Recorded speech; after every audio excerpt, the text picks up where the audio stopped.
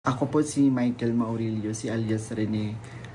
Una po sa lahat, hindi po ako binayaran, pinilit, tinakot or kinidnap ng Kingdom o ang kampo ni Pastor Apollo C. Kibuloy. Wala po akong katotohanan yung mga claims ni Senador Risa sa kanyang press con. Wala po ako sa pader ng Kingdom.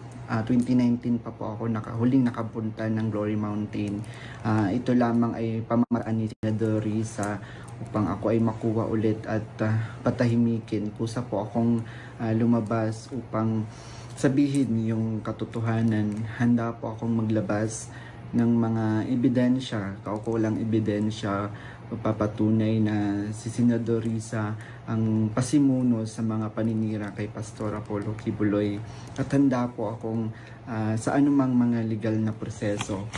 Senador Risa, hindi ako nag-text ng anuman sa'yo. Wag mo na akong gamitin sa mga kasinungalingan mo. Kaya nga nasusuka ako sa iyo. Titindigan ko yung mga sinabi ko sa video na ginawa ko. Kusang loob ko itong ginawa para matahimik na yung konsensya ko. Uulitin ko po, hindi po ako binayaran, pinilit, kinidnap ng Kingdom o ang kampo ni Pastor Apollo Kibuloy.